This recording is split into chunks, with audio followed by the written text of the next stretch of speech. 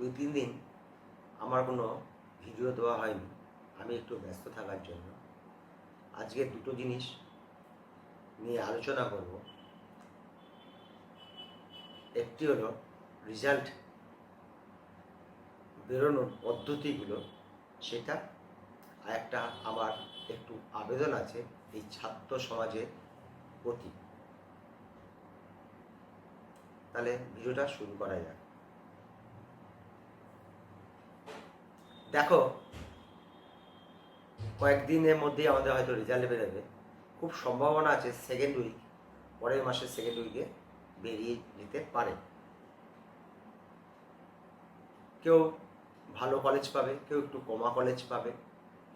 যে কটা সিট ঠিক সেই কটা ছেলেই বা মেয়ে সিটগুলো পাবে। কিন্তু যারা পেল না বা একটি নম্বরের জন্য আটকে গেল, তাদের দুঃখ খুবই হয়।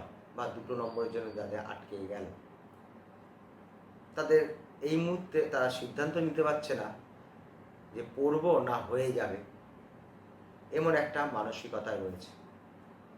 কিন্তু এর থেকে একটা বাঁচার উপায় আমার মাথায় এসছে, সেটা আমি তোমাদের কাছে আবেদন করছি। আবেদনটা হলো, যারা পরীক্ষা দিয়েছ তাদের কাছে, যাদের খুব ভালো রেজাল্ট হচ্ছে তাদের কাছে, তারাই একমাত্র এই সমস্যা সমাধান করতে পারে। আমি খুবই বিনয়ভাবে তোমাদের কাছে আবেদন করছি, যারা 680, 90, 670, 75 পেয়েছ, পেয়ে তারা ভাবছে আমি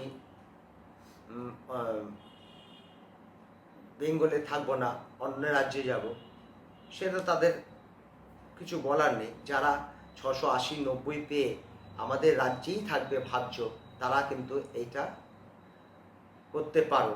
যারা 1-2 নম্বরের জন্য আটকিয়েছে, কিভাবে তারা এই উপকারটা করতে পারে?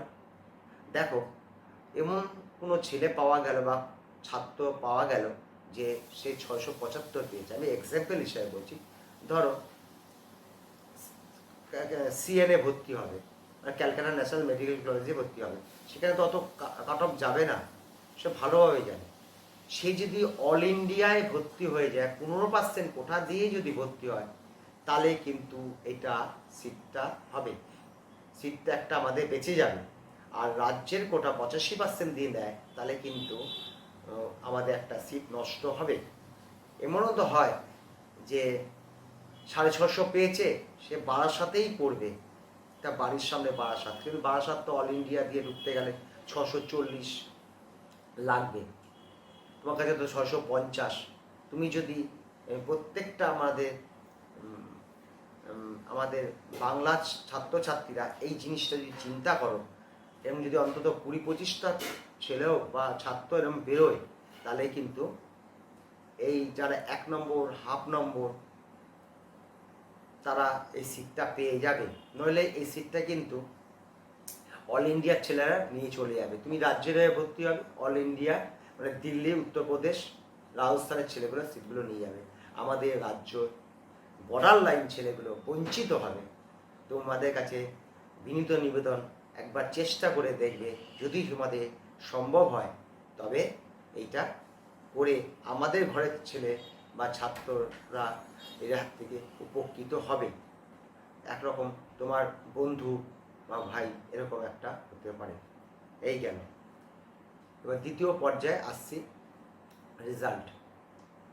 দেখো, একদিন বেরোবেই, 10 তারিখ হোক, 12 তারিখ হোক, 18 একটা দিন বেরোবে।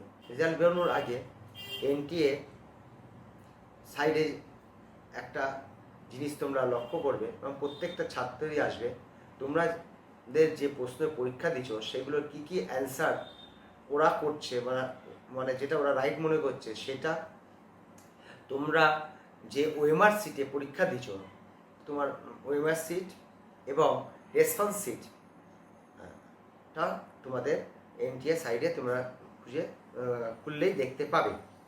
এবার এগুলোর প্রত্যেকটার ব্যাপারে একটু একটু বলে নিই। অ্যান্সার শিট সম্বন্ধে বলতে হবে না, এটা তোমরা জানোই যে এনটিএ যেগুলো সঠিক বলে মনে করছে সেটাই ওদের অ্যান্সার। তুমি বাইরের কার সঙ্গে মিলিয়েছো ওরা দেখবে না, ওদেরটা সঙ্গে মিলে তুমি নম্বর পাবে, এটা নিয়ে কোনো কথা নেই। এবার দ্বিতীয় আসো, তোমার যে ওএমআর সিটটা, তুমি যে ওএমআর সিটে পরীক্ষা দিছো সেই ওএমআর সিটটা আসবে, তুমি দেখবে তোমার সই করা, তোমার অ্যান্সার, তোমার নাম, তোমার রোল নম্বরগুলো লেখা থাকবে, ওইটা তুমি স্ক্রিনশট মেরে রেখে দেবে। এটা ভবিষ্যতে কাজে লাগলেও লাগতে পারে। তাছাড়া একটা ব্যাপার আছে, তোমার স্মৃতি হিসাবে থাকবে, পরবর্তী ক্ষেত্রে কাউকে দেখাতে পারবে, দেখো এইটা আমার পরীক্ষার খাতা ছিল, একরকম তো খাতা আমরা বলি, পরীক্ষার খাতা ছিল, এইটাই লিখে আমি ডাক্তার হয়েছি, আপাতত স্ক্রিনশট রেখে দেবে, ঠিক আছে? আর দেখে নেবে তোমারই ওটা খাতা কিনা। আর রেসপন্স সিট মানে কি, যখন ওই ওএমআর সিটে স্ক্যান করেছিল সবগুলো তোমার ছবিটা উঠেছে কিনা সেটা তুমি দেখে নেবে, এবং কোন কোন কোশ্চেনগুলো রেসপন্স করেছে, মানে মেশিনে গ্রহণ করেছে, গ্রহণ না করলে নম্বর পাবে না, বা গ্রহণ করলে আবার নম্বর কাটাও যায়, দু রকমই হয়। সেটা এইভাবে ওইখানে যেগুলো রেসপন্স করেছে, মানে যেগুলো ওরা মেশিনে ধরা পড়েছে তার উপরে ক্যালকুলেশন হবে, তারপরে ক্যালকুলেশন, সেই দিনকেই তুমি জেনে যাবে তুমি সঠিক কত নম্বর পেয়েছো। অ্যান্সার শিট দিয়ে তো তুমি তো পেলেই, তারপরে এখানে মেশিন আবার সেগুলো ঠিক মতো নিচে, অনেক সময় গন্ডগোল দেখা যায় যে রেসপন্স শিটটা যখন স্ক্যান করেছে একটু গন্ডগোল হয়, সে খুবই সংখ্যায় কম, 2-1 বছর আগে এরকম দুটো একটা আমি গল্প শুনেছিলাম, সত্যতা আমি যাচাই করিনি। এই হলো ব্যাপার। এইবার 2 দিনের মধ্যে ওরা বলবে যেসব তোমরা প্রশ্নটা উত্তর সঠিক বলে মনে করছো না, চ্যালেঞ্জ করবে একটা আছে, এগুলো তোমরা কম বেশি জানো। এইবার সেরকম হয়তো হবে না, কোশ্চেন এবার পরিষ্কার ছিল। তারপরে নির্ধারিত সময় তোমার রেজাল্ট দেবে, বা তখন ওটা অল ইন্ডিয়া র্যাঙ্কটা দেবে। এইভাবে এই পদ্ধতির রেজাল্টটা বেরোবে, এবং প্রত্যেকগুলো তুমি সংরক্ষণ করে রেখে দেবে। অ্যান্সার শিটটা না হলেও তুমি ওএমআর শিটটা সংরক্ষণ করে রেখে দিতে পারো। এইটুকুনি বলার ছিল। আর কয়েকদিনের মধ্যেই তোমাদের সেমি গভর্নমেন্টে কাট অফ নিয়ে আলোচনা করব। আর তোমরা একটু কলেজ ওয়াইজ কাট অফ চাচ্ছ, দেখো তোমরা র্যাঙ্ক না বেরোলে এটা দেওয়া সম্ভব নয়, সেটা নিয়েও একটু আমি বলে দিচ্ছি। দেখো বর্তমানে যে কলেজটা 8 নম্বরে রয়েছে 24টা কলেজের মধ্যে, এই বছর যে 8 নম্বরে থাকবে তার কোনো মানে নেই, 2টা 3টি 4টে স্টেপ নেমে যেতে পারে, নামলে 3 নম্বর কমবে, বা 3টে স্টেপ উঠে গেলে 3 নম্বর 4 নম্বর বাড়বে। যেখানে নম্বরের মধ্যে এক একটা নম্বরের মধ্যে 600-700টা থাকবে, এবার র্যাঙ্ক নিয়ে লড়াই হবে, সেখানে 3-4 নম্বর মানে বিশাল ব্যাপার, 2000 ছেলে, এক একটা নম্বর 600-700 করে ছেলে থাকে, এটা বলা সম্ভব নয় আমার পক্ষে। আমি পারবো না, আমি পারি না, আমি অল ইন্ডিয়া র্যাঙ্ক যদি বেরোয় এটা ক্যালকুলেশন করে বলতে পারি। এই জন্য এখন আপাতত ওটা হবে না, তাও একটা রাফ দেওয়ার একটা চিন্তা ভাবনা করছি, রাফ।